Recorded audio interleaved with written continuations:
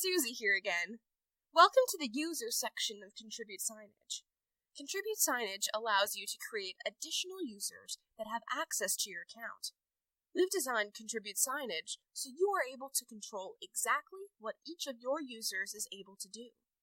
For example, you may just want a user who is able to update a layout, but not have access to crisis management. With Contribute Signage, you can control the exact role of your users, either using custom privileges or by creating a template that you can apply to your users. Let's take a look at how we do this. First, click on the Create User button over there.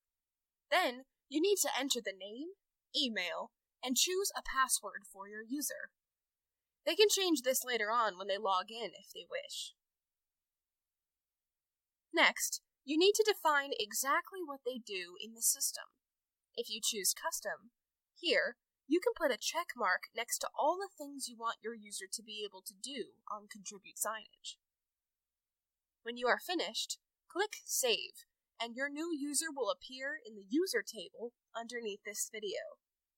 Now, if you're going to create multiple users that will do the same tasks or have the same access, it is best to define a user role template that you can apply to your users to save you time.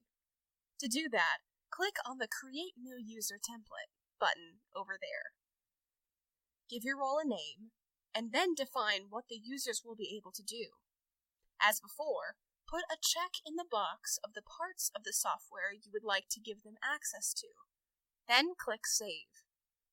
When you next create a user, instead of choosing the Custom dropdown, you are able to select the role template you have just created. Thanks for watching.